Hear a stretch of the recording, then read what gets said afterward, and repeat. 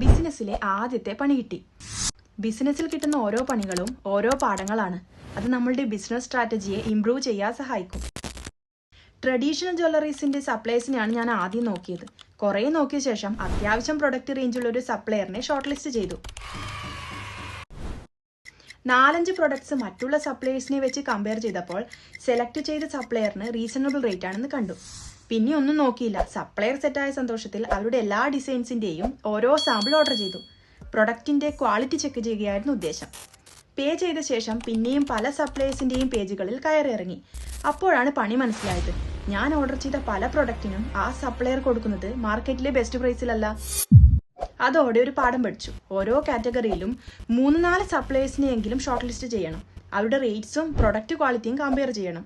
അല്ലാതെ ഓരോ പ്രൊഡക്റ്റ് പോലും വാങ്ങരുത്. ഇ-കൊമേഴ്സ് വെബ്സൈറ്റ് സ്റ്റാർട്ട് ചെയ്യുന്നതിനെക്കുറിച്ച് അടുത്ത വീഡിയോയിൽ പറയാം.